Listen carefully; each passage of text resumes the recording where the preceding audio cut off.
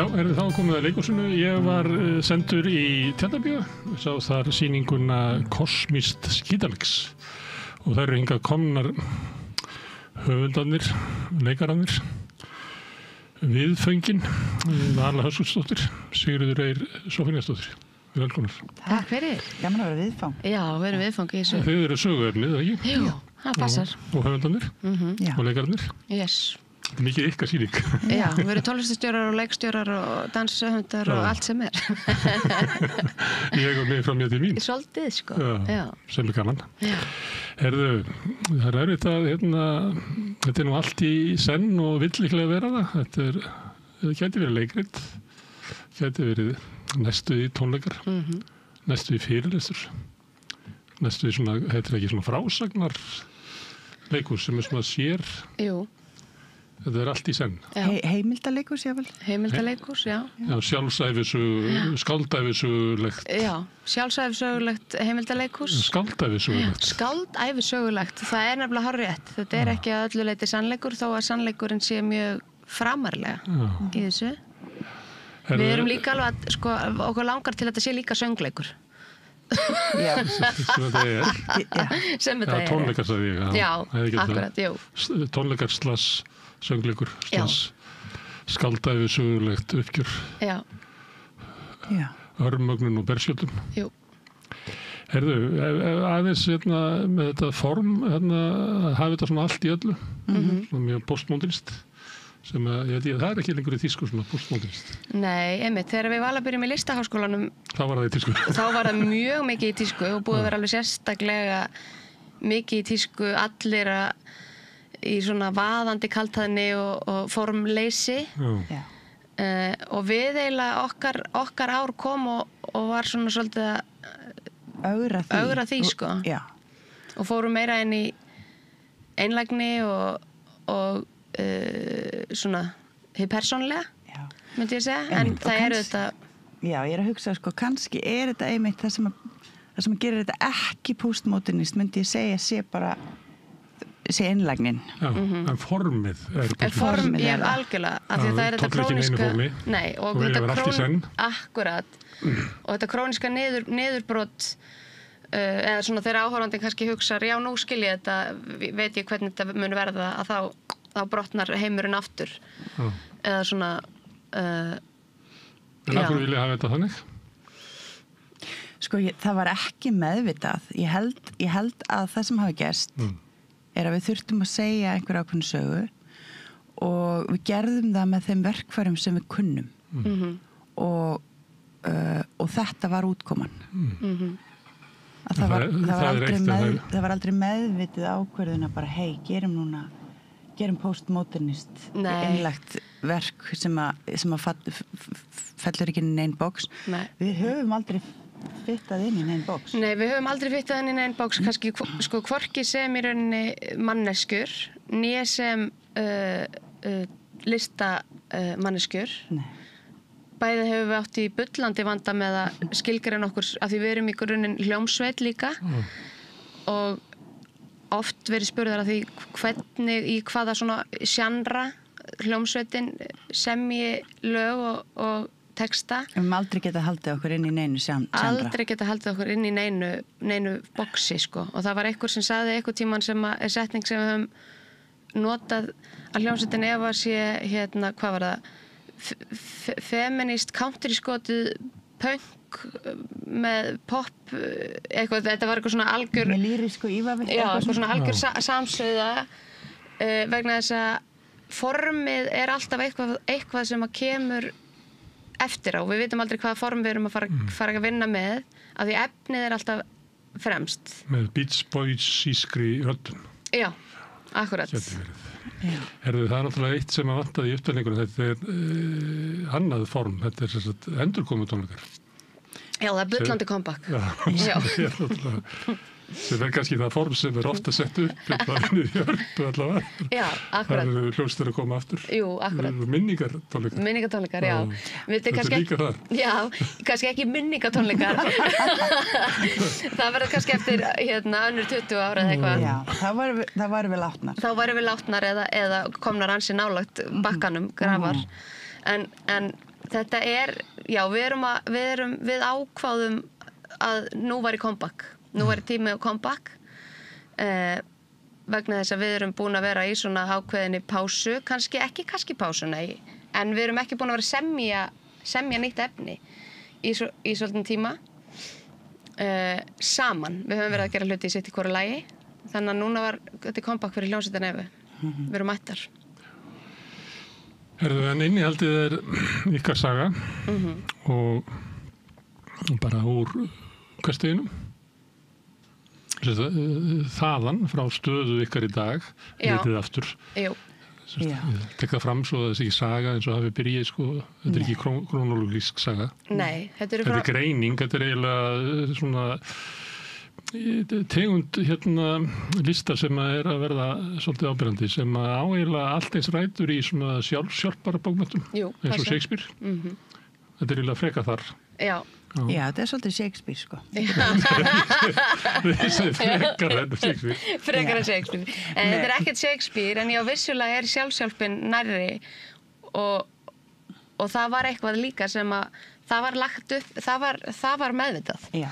Og það var skrifað inn í umsóknina sem að Vala sækir styrk fyrir þessu verkefni fyrir okkur fyrir. Svo kemur fram í verkinu, akkurat. Þess vegna erum við alltaf líka smá varlegar í því hvernig við tölum þetta verk vegna þess að verkið sjálft talar svo mikið sig sem það sem gerir það einmitt eins og þú bendir á í upphafi postmodernist. Við erum alltaf að vísa í að við séum í sýningu.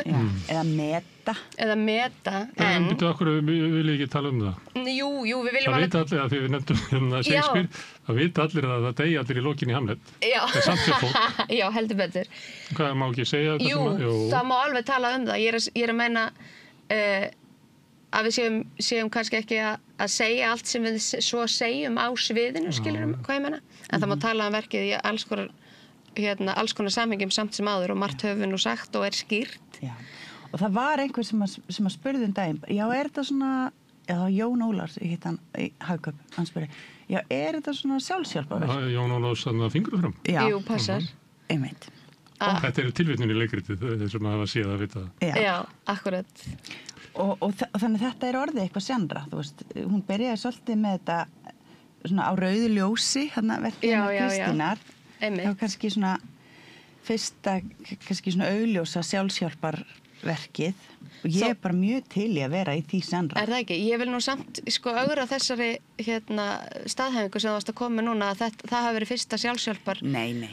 Við gerðum þetta bullandi sjálfsjálfarverk fyrir 8 árum síðan eða eitthvað svoleiðis. Glæðingamessan okkar sem að var kulnun, messa kulnun. Þar sem að við, það var áður en allir fóru að tala burnout og kulnun og streitu. Þið funduðu upp. Ef að segja það, já. Nei, og það olli svolítið usla. Það olli töluverðum usla, það verk. Innan kirkjunar. Já, og ýmsum sviðum. Fólki fannst það ekkert endilega. Sko mjög margir elskuðu það. Þó vorum við vændar eins og Spaugstofan á sínum tíma. Við vorum vændar Guðlast. Já, Guðlast og hvað trúboð. Já, mögulega. Sem var alls ekkert meiningin, sko. Nei. Alls ekki. En þetta er eitthvað sem að ég held að sé alveg greift inn í okkur og allt sem að við gerum hefur þennan tón, svona eitthvað svona sjálfsjálfartón eða sjálfsrýni tón. Við erum alltaf að vinna með þetta persónlega. Já. Ég myndi reyna að fjalla þetta að ég væri í bókmyndafræði í Háskóla, sem ég er ekki. En ég hef verið að spyrja svolítið þetta undanferðið og þetta byrjaði eiginlega þegar ég tók viðtal við hana Lilju Ingólfsdóttur sem að gerði Elsklig norsku myndina. Já, hún er svo magna. Og hún er nefnilega öll uppbygging og þróun persónunar er freka byggð á sjálfsjálfarbókum heldur en svona litteratúr. Akkurat. Og ég hef verið að spyrja fólk þetta og meðal annars Elsabetu Jökuls þar sem að hennar ljóð eru öll ort kannski ekki inn í formi sjálfsjálfarbókarinnar en sem eins konar sjálfsjálf hennar til heilbrigðis. Já. Og þannig að ef ég væri í bókmyndafræði myndi ég reyna að fara að greina þetta að sko sjálfsjálfar litteratúrin er orðið svo stór og mikill að hann fer að bera uppi listaverk, ekkert síður en hinn. Algjörlega. Þá þetta sé náttúrulega ekki alveg þessi og hinn. Nei. Þá það samt svona önnur lögmál, til dæmis greiningin á ykkur í sýningunni. Hún frekar svona úr sjálfshjálparbókunum með ADHD og þráhyggjuröskun og kulnun og þetta allt hugtök þaðan, sko. Já. Þetta ekki angist og huggur og... Nei, það er ekki greining persóna í okkar verki myndi ekki fara fram á sama hátt og greining á einmitt persónum í Shakespeare eða þessum hefðbundnari. Þá spyr ég, af hverju þetta?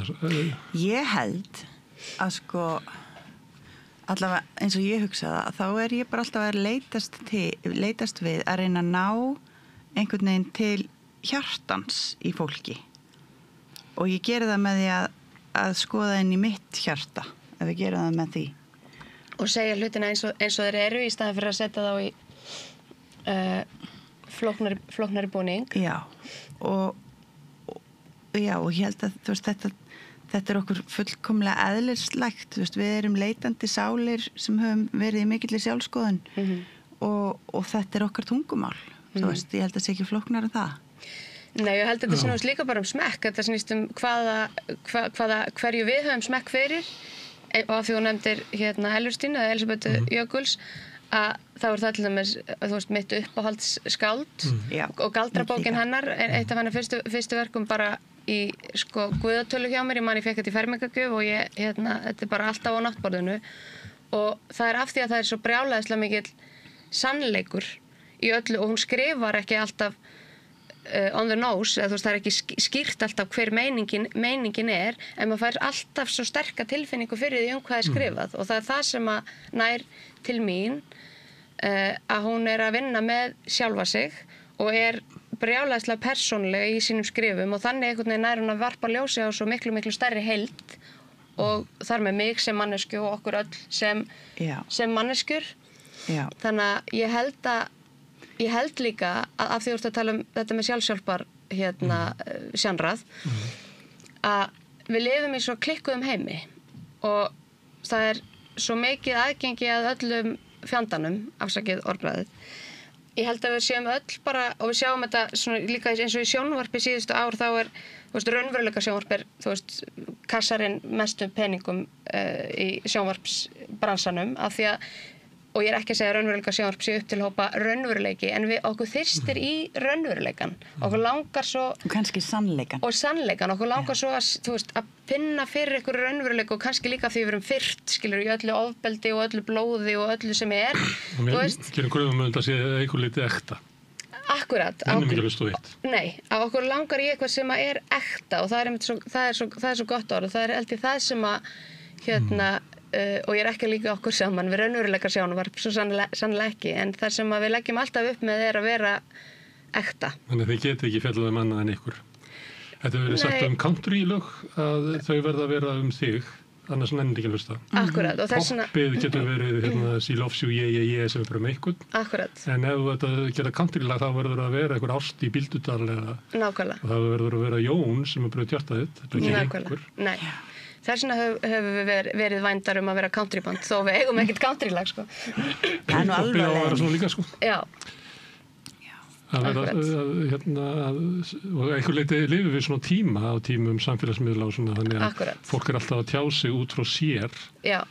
En það væri voða sorglegt ef að galdur sko listarinnar að svona berskjöldun þar sem að ég að leika Hamlet og ríf úr mér hjartað að það sé ekki nú ekta því að ég minna hvað þú danskur prins eða hvað það þykist að vera.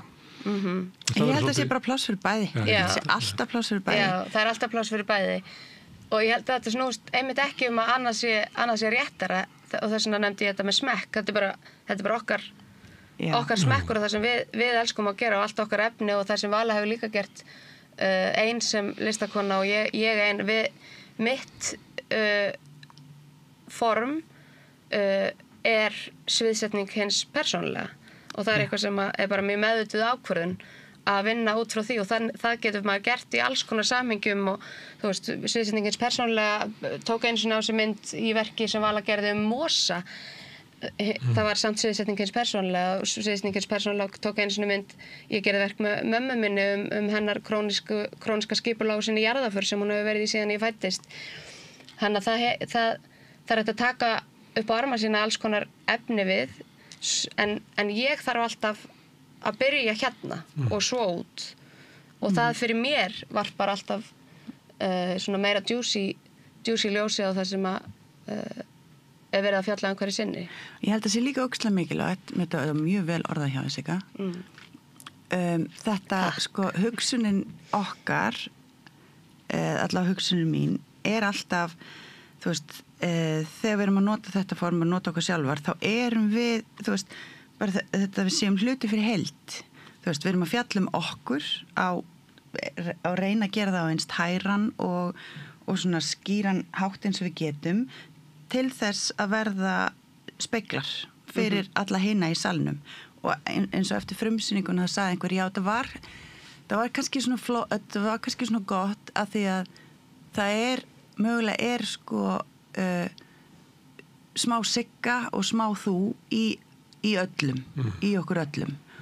Þannig lítur heimurinn að vera annars myndi ekki virka sko. Já. Við verðum svo ólíka við verðum eiginlega, gætum ekki skilja hvort annað sem að við reynda getum ekki sko. En einhver leiti reynum við það. Við erum nógu skild til þess að reyna að skilja hvort annað. Já. Þóttu við getum það kannski ekki. Nei. Ekki til fulls. Ekki til fulls. Nei. En ég get skilið þig í mér. Akkurat. En ég get ekki skilið þig. Já. En hvernig fannst þér sýningin? Mér fannst það skemmtileg. Frábær spurning. Mér fannst það skemmtileg. Já.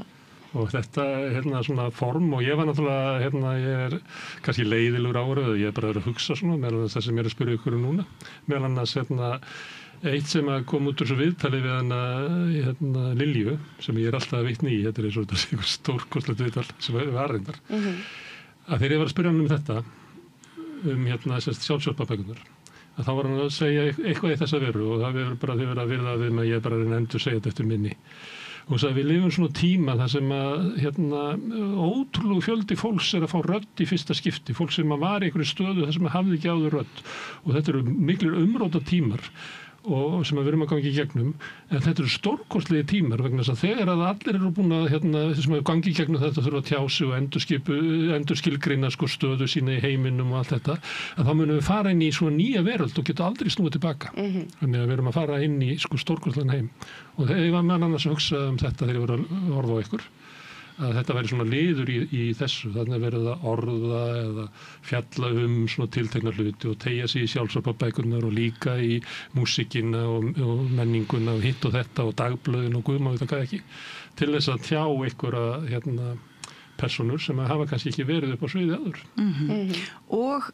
Og sko gefa leyfi þú veist, að því um leið og við leifum okkur að koma til dyrana eins og við erum klæddar og eins og þarna, ég strípa mig algjörlega, skilur, það er bara, ég veit ekki ég skil eiginlega ekkert eftir og það gefur eitthvað leyfi, þú veist, fyrir fólki í salnum til þess að vera eins og það er og vera krumpað og vera, minnst það vera kannski svona stóri fyrir mér svona mikilvægasti punkturinn, það er að gefa, þú veist, búa til eitthvað rými þar sem að áhorfandinn og bara sálirnar í salnum upplifa að þær hafi leyfi til þess að vera breyskar manneskjur og og þurfi ekki að vera eitthvað laumupokast með það heima hjá sér og vera fullt af skömm eða þú veist, það er kannski það er eitt erindi þarna og þú færð þetta leyfi innan sýningarinnar með því að hafa verið fyndin og heitt og þetta áður Algjörlega. Þannig að þú sækir leyfi á áhorfendum til þess að berskjálta þig. Já. Og gef þeim líka leyfi til þess að hlæja mér með því að hlæja sjálfa mér og hlæja sjálfa mínu veikindum, þú veist, og öllu þessu. Og það er náttúrulega eitthvað svona tónn í þessu sem að tengist þessu kannski sem vera að vitna í Lilju að hinn bugaði verður að hafa rödd til þess að við getum búið til nýjan heim. Já. Annars búið til heim þar sem hann rúmast ekki. Það er fallegt. Já, það er alveg, þetta er mjög flott setning og ég held að þetta sé sko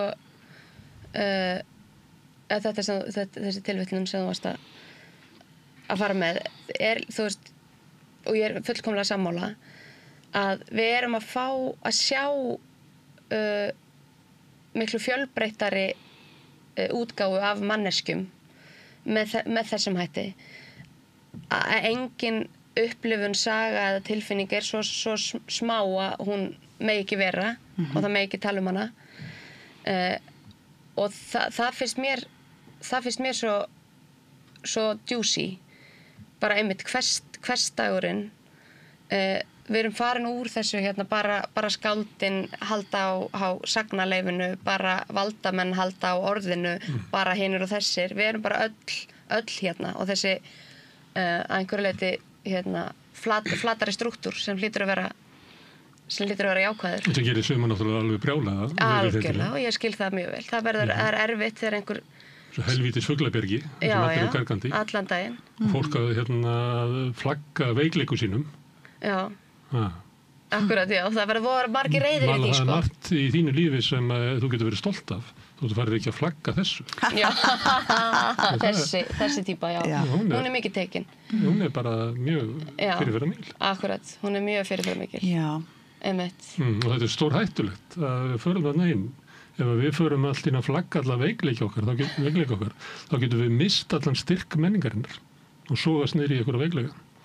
Hver segir þetta? Þetta er eiginlega bara, við heyrir þetta í stjórnmálunum, þetta er eiginlega báðskapið bara Trump og Miðflokksins. Já, akkurat. Að vera aldrei að missa grímuna, að halda alltaf status sama hvað, einmitt. Við kenn aldrei mistök. Mér fyrir bara strax að leiðast. Mér fyrir alveg strax að leiðast líka inn í þessu samtali, sko, þess að kalla.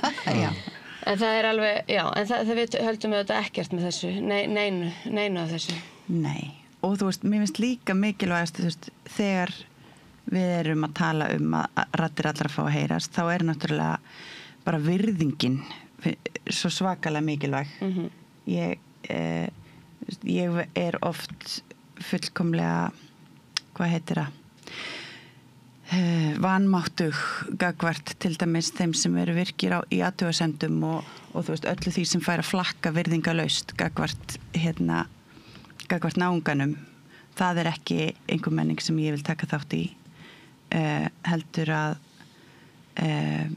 búa til rými þar sem að rödd einstaklingsins fara að heyrast í kærleika og virðingu. Og þetta er þannig og það sé kannski ég meina eins og ég að leika mér að draga það inn í að það sé samið inn í okkar samtíma og þá er allt öðruvísi heldur en til dæmis hvað heitir verkið með langa nafninu upp í Borgarleikhúsi.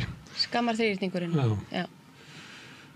Þar það verið að afgressa en á meðan að ykkar er eins og annar heimur sem er svona fallegur og ljúfur og já, og við byrjum náttúrulega á því að í rauninni skikka áhorfandan eða bjóðunum allavega að taka inn sýninguna með hjartanu en ekki heilanum og ekki með greiningarvélinni. Ja, það er náttúrulega markmið sýningarinnar að við rennum eiginlega saman bara við alheimsvitundina í einhverjum ógnarkrafti eftir þessu. Já. Það er æðsta markmið. Ég nenni ekki að fara fram úr fyrir minna. Nei. Og ég þú veist, ég gekk í gegnum bara langt tímabil, eins og margir sem eru listmenntaðir. Nú, þú veist, við erum báðið með BA í leikhúsfræðum og svo masterskráðu líka.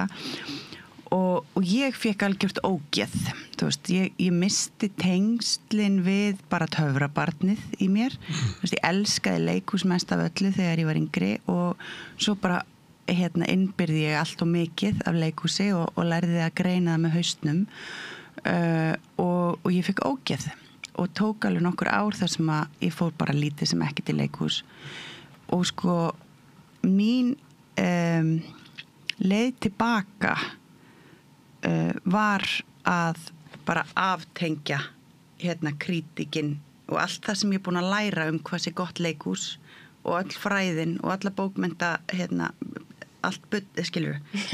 alla akademíuna bara taka nú sambandi og hlusta á leikhús hér og þá var aftur gaman. Það var aftur gaman. Já, ég er sammála þessu. En ég bý aldrei til leikhús, ég ætla bara að segja, ég mun aldrei aftur búa til leikhús fyrir heilan á fólki. Vá. Þetta flott, ég held þú sést samt að smá að ljúga af því að þetta leikur sem við vorum að búa til bara mjög mikið fyrir heilan á fólki en það gerðist óvart. Það gerðist bara óvart og með framskilur það má alveg hugsa eitthvað smá en þetta þessar greiningar sem ég nefndi náðan, það allt heiladótt. Það ekkert að því hjartadótt. ADHD greiningin ekki frá hjartanu. Nei, en sannleikurinn það skilurðu auðvitað, slæðist alls konar með en þá meina ég kannski svona hjarta fyrst og heilinn má svo koma eitthvað eftir. Þannig það svipað að fara að leita listin í listaháskólanum eins og sagt þá sem að leita Guð í guðfræðinni. Við finna hann aldrei og ef þeir hafa átt eitthvað Guð þá týnar hann þar. Já. Ég hef mitt prófaði guðfræðina á tímabili. Fannst ekki Guð? Nei. Ég fann bara svakalega leiðilegar kirkjusögubækur. Já, ég held að þetta gerist fyrir okkur öll af því að ég hef oft hugsað bara, hefði ekki verið gaman ef ég hefði bara ákveðið að vera bara eitthvað allt annað og hefði svo verið í áhuga leikfélagi af því að ég var í því náttúrulega fyrst flest okkar byrjum þar í einhverju menntaskóla leikfélagi eða einhverju áhuga leikfélagi í sveitinni eins og ég var í og að þar var bara gaman þú veist og það var bara leikgleðin og allt bara listin þú veist fyrir listina og hópeflið og stemningin og eitthvað svo fer maður inn í skólan og færi með öll þessi glerugu og svo verkefnið held ég einmitt að leyfa sér öðru hver að taka niður þessi glerugu til að finna aftur sprúðlið. Já, bara losa sig við öll einhverjum tímapunkti henda öll upp í loft og bara sjá hvað eftir Já. Þú veist, það svo leiðilegt að lifa við í heilanum. Já. Þetta gæti verið svona ágalla akademíunar eða þá að akademíun hafi fengið að taka yfir listnám. Listnám ætti náttúrulega að vera eiginlega besta námið þar sem þetta bara þjálfa persónulega leikni. Já, og það það. Það hljómar eins og við séum eiginlega ósáttar við listnámið. Það komið fyrir kenningar með sem að þetta akademískt nám. Já, og svo bara gerist það líka bara fyrir einstaklingin heldur ég líka. Maður óharðnaður og fer allt í hann að taka sig svo alvarlega.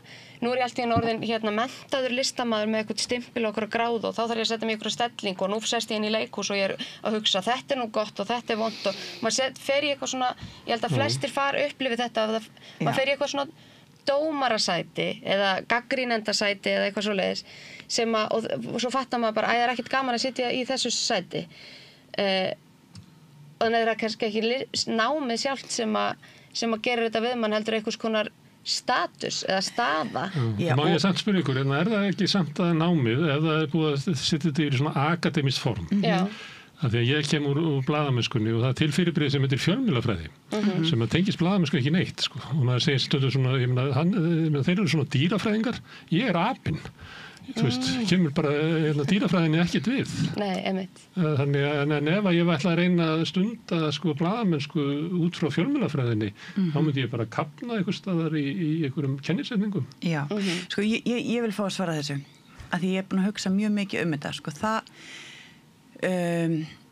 til þess að klára sem þú varst að segja að þá ég sammála, ég held þetta sé núna 13 árum seinna sé ég þetta sem einhvers konar ferli þú veist, að maður bara þú veist, maður þarf að læra alls konar en partur af lærdómnum að aflæra það svo þú veist, og standa svo uppi og vera búin að henda í burtu megninu af því sem þú nokkuð tíma lærðir og velja og kannski bara þú veist kannski einhvers staðar reyna að heyra þennan kraftbirtingar hljóm innra með þér en hitt með akademíuna og listina að því ég sammála og ég fann mjög mikið fyrir því innan þú veist í námi að það þú veist að kom einhver tímapunktur þar sem að listin og listaháskólinn varð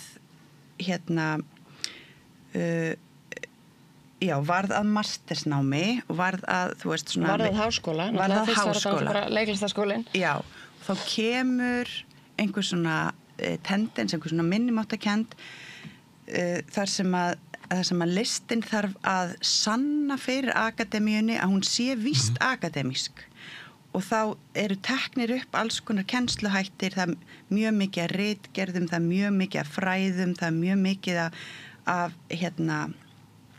bara svona verkfærum akademíunar tekið upp innan listarinnar á kostnað finnst mér bara innsæis og þessara svona náttúrulegu leitar listamannsins þar sem hann einhvern veginn í, þú veist, að leitast við að vera í einhverju tengingu við, þú veist, við þetta eitthvað sem að færir okkur listina. Sem kannski erfitt að forma nám í innan svona skóla. Já, algjörlega. Þú verður bara að finna út úr þessu sjálf. Já, en sko, en svo mjög áhugavert sko, svo núna þá þróun akademíu á mörgum sviðum þannig að hún fann að sækja mun meira í verkfæri lista og sköpunar og innsæis þú veist og alls konar og að einhver leiti verður sko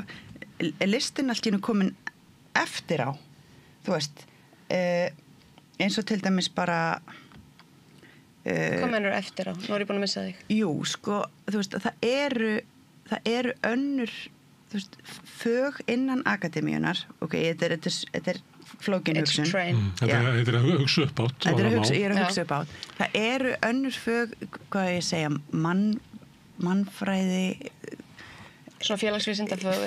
Félagsvísindafög sem eru komin í rauninni lengra heldur en listin núna í að sleppa hierarkíu akademíunar. Já, ég skil hvað meinar. Þú veist, Þegar listin er svolítið veik og vill sanna sig með að vera eins og hinir. Já, akkurat. Alveg eins og þegar listamenn grát alltaf verið að fara rök fyrir því að þeir hafi efnarslegan tilgang í samfélaginu. Einmitt. Þá gráta þeir að þakklæti. Yfir að fá að vera einhvers virði. Akkurat. Sem er eiginlega vitlausasti mælikvarði sem hægt að leggja á listina. Já, akkurat. Algjörlega. Og nú erum við nefnilega bæði að tala sem listamenn og að við erum líka báðar kennarar. Þú veist, og maður sér þetta nefnilega í auknum mæli að kennsluhættir eða kennslufræðin, það eru allir núna í því samfélagi að tala fyrir því að sækja meira í verkfæri listar inn í kennslu vegna þess að það er í rauninni það eina sem að líka við höfum fram yfir alls konar tækni hluti og gervigreind og ýmislegt sem er þetta flæðið og sköpunin innra með okkur. En er það þannig? Ég hef átt börn í grunnskóla og mér sýnist að það var meiri sungi þegar ég var í skóla. Það var meiri myndlist þegar ég var í skóla. Ég er ekki að segja það var meiri leiklist þegar ég var í skóla. Nei, absolutt. En núna er bara, þetta er það fyrsta sem er hent út. Þá maður hugsa býtu, ef það ætlar að undirbúa krakka fyrir óvissa framtíð, þá eru listnám það besta sem við getum gert. Heldur betur, ég er ekki að segja að það sé komið inn í grunnskólakerfið, svo sannarlega ekki. Það vilja ná því aftur. Akkurat. Þetta eru frumkvöðlarnir sem eru núna að hugsa hvað þurfum við að gera og þetta er grasrótarstarfsemi sem samtalið er þar. Þetta er svo sannarlega ekki komið inn í kerfið og mun örugglega taka mjög langan tíma til þess að við sjáum gróðan í því, sko. En að þú varst að tala um amatörleikhús og svo erum við að tala um listnám. Já. Og er þá munurinn á listamanni og amatör er að listamaðurinn veit hverju hann hendir, sem hann vill ekki, en amatörinn veit það ekki. Góð spurning, einmitt. Já, ég hugsa það sé að einhverju leyti rétt og ég er þakklát fyrir fræðin vegna þess að ég veit á hverju ég stend, hvort ég stend í fjöru eða á bjargi eða í skógi hverju sinni. Ég skil hvar ég er stödd af því ég hef fræðin á bakvið mig, hvort sem ég svo ætla að sækja í þau eða að halda á þeim í fanginu eða hvort ég vil sleppa tökunum af því. Þannig að ég hugsa að það sé, já, ég meðist þetta alveg vel orðað, sko. Að skilja eitthvað samingi maður stendur. Minn niðurstaðan hlýtur að vera ólík. Það er náttúrulega meiri færni líklega, þegar við fekki færni. Jú, kannski á einhverju leyti. Kjark. Hvað segirðu? Kjark. Já. Til þess að gera öðruvísi hluti. Já, og bara eitthvað umboð, þú veist. Að maður megi gera það sem maður er að gera og megi kalla það einhverjum nöfnum. Ég hugsa að ef við værum ekki báðar með 7 ára listrænt háskólanám á bakinu, að þá myndum við örugglega ekki... Það hefði aldrei þorað að gera þessa sýningu. Nei, af því að þá myndum við örugglega að upplifa að hún væri bara of einföld eða of lítill skáldskapur eða of eitthvað, þú veist. Þannig ég held að það verður ofleik eitthvað. Já, ég hugsa þú veist að með öllu þessu námi og öllum fræðunum sem við erum búin að læra og ákveða að sleppa tökunum á, að þá höfum við ákveðið leyfi. Er það eitt sem ég hugsaði að því að þetta fjallar svolítið berskjöldun og sérstaklega þú svona berskjaldar þig í verkinu svona einhverja stöðu sem hefur ekki þótt, hvað við segja, aðdáunarverð, verið svona einhver skömm yfir og þar fram til göttunum. Og ég velti fyrir mér, þetta og þú gerir þetta upp á sviði. Er merkingin að við ættum öll að gera þetta, berskjald okkur, eða þú að gera þetta fyrir okkur? Er ég ekki eins og Kristur? Það gerir þetta fyrir ykkur. Svolítið Jesú komplex. Já, það í rauninu hugsunin. Ég að spyrja Jesú, af því að maður veit ekki alveg með hann. Ég að spyrja Jesú, nú að tala með þessum Jesú. Já. Af því að maður veit ekki alveg með hann, hvort að allt sem hann gerði sé okkur til eftirbreytni. Eða hvort að hann hafi gert eitthvað vegna þess að hann gata. Einmitt. En ég að spyrja í alvörinni. Hvort að erindi vexti sé það að við ættum raunverulega, því ég þekki fólk sem hefur sagt þetta, maður sem reynda dáin núna sem sagði að má alltaf að segja frá sér því að annars ertu bara að ræna aðra samkennd. Þannig að maður er að flytja við ættum að við okkur bara skylda til þess. Já, ég veit ekki með skylduna en ég held samt, nú er ég mjög mikið alin upp í 12-spora-samtökum og þar er menningin mjög mikið svoleiðis að við, fólk segir opinberar og talar í öruggu rými sína bresti og sína vankanta og staðinn sem að fólk er á og það er eitthvað beautiful sem gerist þar og ég trúi því raunverulega að ef að við myndum gefa okkur leyfi til þess að gangast við og opinbera staðinn, þú veist, bara, deila með hvort öðru þessu ferðalagi sem við erum öll á sem manneskjur á þessari jörð, þá væri heimurinn miklu betri staður. Þessi er sammála. Ég myndi segja að þú væri bæði Jesús Kristur í þessu samhengi, ég væri þetta að síga hjá mér. Bæði Jesús Kristur, en við erum líka samt að sýna einhverja leið sem að við myndum, sem við mælum með fyrir fleiri. Og ég held að það að berskjalda sig og tala eða bara blotta sig verði alltaf til þess að samskipti geta orðið dýpri og betri, fólki getur liðið betur með sjálft sig og svo þetta er eitthvað sem að ég bara kenni nemendum mínum upp í, ég er að kenna úlingum með 16 til 19 ára krökkum í fjölbrautaskóla í öllu hópastarfi, sérstaklega ef þú ætlar að vinna lengi saman að segja hvaða hnökrar getur mögulega komið upp. Ég er svolítið óstundvís. Það er eitthvað sem ég má æfa mig í. Þar með er ég búin að gefa leyfi fyrir því að þú getur sagt, hei, æfa því þessu. Það er smá erfitt þegar þú ert að gera þetta. Það kemur niður á mér, bla bla. Leið og við erum búin að orða eitthvað, þá er það hætt að vera hættulegt og þá er það ekki hlaðið og ég held að það sé bara í öllu falli alltaf betra, hvort sem það er smátt eins og óstundvísi eða hvað við erum að fjalla sko. Já. Og það gerir hinum auðveldra að sýna því skilning, sýna því samkennd og dæma það ekki, segja ekki Sigga sem ekki fáviti, hún er alltaf svo sein, henni er skýtsam okkur öll. Akkurat. Heldur að skilja að það býr eitthvað annað að baki. Og leið og ég veit að þú veist hvernig þú ert, að þá er miklu auðveldara fyrir mig að annarkvort umberja það eða finna stæðislegt eftir atvikum. Já. Ég held það. Þannig að þú breytist og verður eitthvað annað. Akkurat. En ég held að við séum ekkert endilega berjast fyrir því að allir búi til sjálfshjálpar æfisögulegan söngleik og beri fram alla sína bresti í Tjarnarbíó, skilurðu. Kannski fleiri. En kannski fleiri og kannski bara líka heima hjá okkur, skilurðu. Já. En svona mætti þetta vera heimurinn. Þú talar örugg rými inn í 12-spora-samtökum sem er náttúrulega mjög sniðugt öruggt rými sem er meðal annars það að þú talar bara einu sinni og það talar enginn ofan í þig og spyrði enginn, en þú bara, þetta er eins og þið eru með að hluta til. Þetta er svona eins og er í óperunum, þetta er innra tal sálarinnar sem svona út í sval, óviss meðtakandi en frá mínum hjartarótum.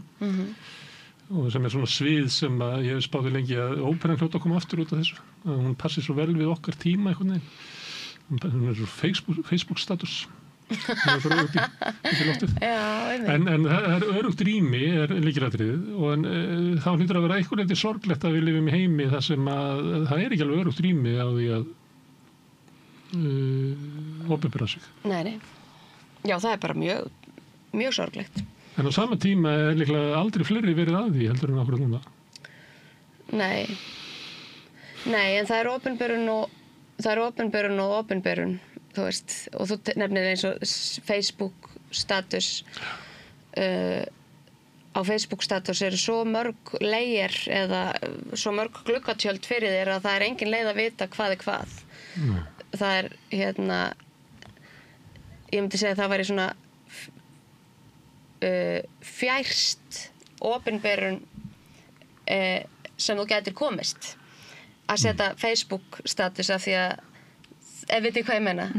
Það er eiginlega svona formið af því að það sem þú talar frá sjálfur þér. Jú, akkurat. En þetta er eiginlega hróp út í tómið. Þetta er hróp út í tómið. Aría getur verið í óperur.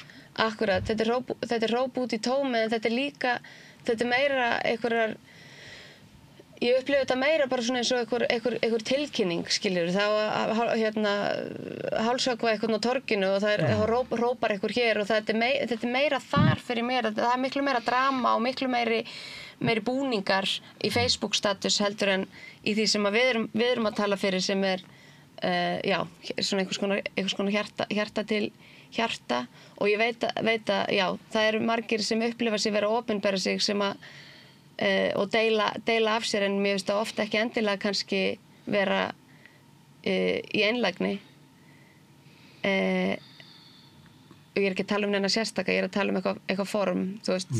Það er eins og að segja að raunveruleika sjónvarpsþáttur sé opinberun og berskjöldun. Það er ekki allir einlægi þar? Nei, sem við vitum hann er ekki. Hann á að vera raunveruleikin en er það ekki. Já, ég veit ekki hvort ég er að segja eitthvað sem skiptir máli. Þetta er eitthvað tilfinning. Já. Sko, erum við að tala um virka í athugasemdum, við erum að tala um hatursorðræðu, við erum að tala um, þú veist, er það sem við erum að tala um? Nei, þú veist að við erum að tala um að það var betri heimur ef allir myndu segja frá. Og þá hefðu meiri möguleika á því að en ég held að bæði fyrir okkur sjálf og líka samfélagið. Þegar þú nefndir 12%-samtökin, það var eitt af því sem að til dæmis fólk lærir að fyrirgefa sjálfur sér með því að vera að hlusta á aðra. Já, en þar lærir fólk líka einlæga tjáningu. Já. Og þar lærir fólk hvernig er gott að tala um hlutina þannig að þeir hafi eitthvað gildi fyrir mig sjálfa og aðra.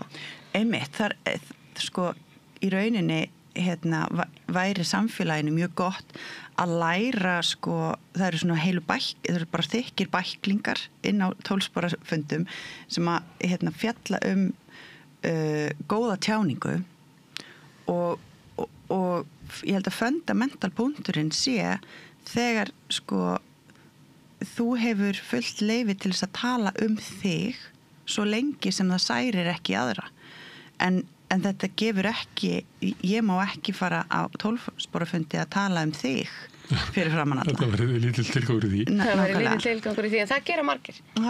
Ekki inn í 12-spora, ég er að tala um bara það í samfélagi, þegar við erum að tala um samfélagi sem heild, það eru mjög margir sem að tala kannski fyrst og fremst um hina.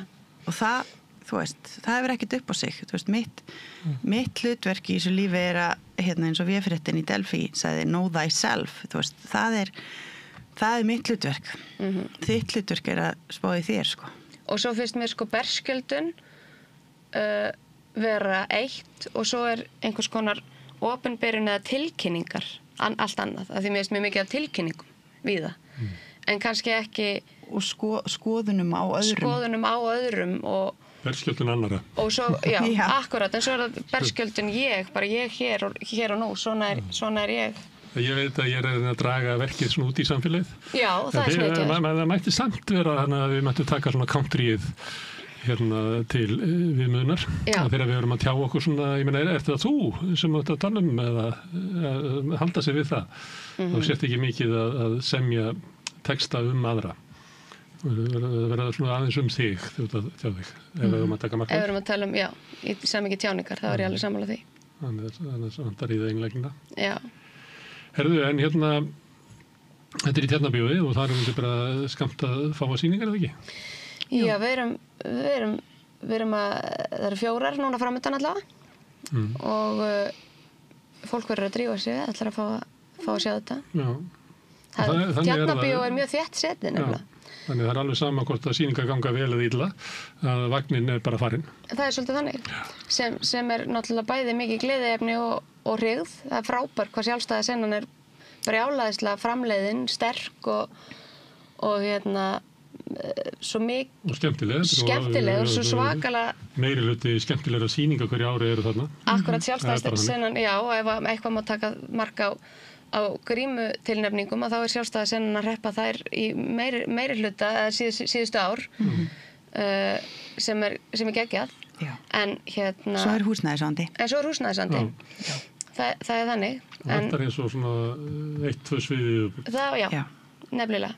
Til dæmis þess að mæta þessu, segjum eitthvað sýning, það voru margir á sýningunni sem ég fór á, óvinni margir með við Tjarnarbíó. Það var nú bara uppselt. Og setið upp eftir öllu. Já. Og ég sko heyrði að það er í farvatninu einhver inn á þingi hugmyndir meðal annars að gera iðnó að einhverju framlengingu að Tjarnarbíó. Bésvið. Það væri frábært. En er þetta ekki gamla slökkvistöðin að hliðina? Má ekki bara brjóta hann á milli eitthvað? Einmitt. Ég veit ekki hvað er hann að. Það er svona húsgarður. Já, einmitt. Akkurat. Ég veit ekki alveg hvað svona hús þetta er. Nei, einmitt. Já, það er allavega það vantar. Það er allavega víst að það vantar, já. Það vantar allavega annars svið ef ekki 2. Já. Til að einmitt að þeirra vel gengur að það sé hægt að bæta í. En allavega Borgarleikhúsið hefur opnað sína sali fyrir öðrum sýningum, sumar sem hafa verið í Tjarnarbíó hafa flust þangað. Já, akkurat. Og einhver liti Þjóðleikhúsið. Þjóðleikhúsið líka, jú, þau eru ofta bjóða svona samstarf sýningum inn í samstarfi við sig, sko. Þjóðleikhúsið fær nýjan sal og það getur vel að þeir horfa á þannig að það sé leikhópurinn sé með 60% sýningunum og svo þessi hitt gert í einhverju samstarfi. Akkurat. Jú, það er eitthvað svoleiðis. Leikhúsin hafa bæði held ég alltaf tekið inn einhverja sýningar á hverju leikári. En sjálfstæða senan gerir skemmtilegustu sýningarnar en þetta er bara hark eins og kemur það er náttúrulega sýningin er að svona það. Já. Þetta er það og það, þú veist, ég man mjög vel eftir fyrsta skóladeginum okkar, Völu í Listaháskólanum þegar við vorum að hefja námi á Sviðsöndabraut. Og þá sagði deildarforsetinn við okkur bara velkomin og til hamingju með að vera komin hingað en ég ætla að segja við ykkur eitt áður en að ég held áfram með kynninguna og það er ef þið getið gert eitthvað annað. Ef þið getið mögulega hugsað ykkur að gera eitthvað annað. Já, þá skulið þið bara ganga út og gera það. Og ég var bara, wow, er þetta sérstakt? En svo er þetta bara alveg rétt. Já. Og það sem maður kemst að það gerir þetta enginn nema hafa fyrir því brennandi ástríðu og í rauninni bara þörf til að lifa. Og ég hef komist að því, ég hef alveg reynt að gera aðra hluti af því ég er með 2 ástríður, það er bæði uppeldis- og menntamál og svo list, tónlist og leiklist og svo hef ég reynt að gera aðra hluti og oft hugsa, ég ekki reyna að verða bara rík eða eitthvað, skilur Það er mjög klár. Já, því ég er greiðlega klár, ég getur að klára rík í einhverju samhengi. Sokka eða eitthvað, þú veist, en ég verð að skapa og ég verð að vera inn í listrænu umhverfi til þess að bara halda lífi, sko. Já. Og þess vegna er ég leiklistakennari, skilur, þannig að Ég meðfram. En það er það sem maður þarf samt að gera. Ef maður ætlar að vera sjálfstætt starfandi listamaður á Íslandi þá þarf maður að hafa eitthvað meðfram. Það er 0,1% atvinnuþátttaka listamanna. 99,9% atvinnuleysi. Ha? Segðu þetta aftur. 0,1% atvinnuþátttaka listamanna í svona atvinnulífinu sem fólk var borgað fyrir það sem er að gera og 99,9% atvinnuleysi. Sem þýðir það er 0,1% sem að ná að lifa eingöngu á list sinni. Akkurat. Ég get alveg keypt þessa prósentu, sko. Já. Þannig þetta er það sem að maðurinn eða konan, ég veit ekki verið, sem var að reyna að segja ykkur þegar þið voru að byrja í námi. Akkurat. Þetta er ekki leið til þess að hafa góða vinnu. Nei. Alls ekki. Nei. Og þetta er leið til þess að hafa ekki. Já. Þetta er akkurat það. Og leið til þess að hafa stöðugar áhyggjur af innkomu og peningum. Afkomu kvíði, 101, afkomu kvíði, 102. Já. Hins vegar held ég að listnám, sko, allavega hef ég upplifað það að þetta nám er einna besti undirbúningur fyrir fjölbreytta þáttöku í alls konar öðru atvinnulífi líka. Það er mín upplifun. En kannski þarf það að vera Það mættu vera fleiri sem að geta lifað að búa til list. Það væri svo sannarlega betri. Og vantar fleiri leikrit og ljóð og vantar að orða fleiri hugsanir og tilfinningar. Algjörlega og bara skapandi flæði í samfélaginu sem heild. Það er svona hjálp í því að missa ekki alveg vitið að njóta lista sem er að reyna að fjalla manneskjuna og tímann sem við lifum. Já. Það mætti vera fleiri heldur betur. Heldur en kannski fréttaskýringaþættir á YouTube eða svona spjall. Já, nákvæmlega. Er það gaman að fá ykkur að tala svona út frá efninu, eins og sagt er? Já. Gaman að tala við þig. Vala og Sigríður Eir eða Sigríður? Sigríður Eir eða Sigga. Sigga? Já, ég er alltaf bara Sigga núna. Já. Vala og Sigga, takk fyrir spjallið. Takk sem við leiðis. En við ætlum að halda hérna áfram við rauðaborðið, við erum alltaf að reyna að skilja hana heim sem við lifum í. Næsti kafli er eftir augnablik. Jæja, krakkar. Þetta er síðasti dagurum minn. Ég ætlaði nú aldrei að fara að vinna sem leiðbeinandi. Ég hef náttúrulega aldrei lært þetta, að kenna. Ég lærði nefnilega hagfræði. Hæ krakkar, ég er nýji kennarinn ykkar. Ég er búin með 5 ára kennaranám og ég hlakka til að vera með ykkur þangað til þið útskrifist. Fjárfestum í kennurum. Kennarasamband Íslands.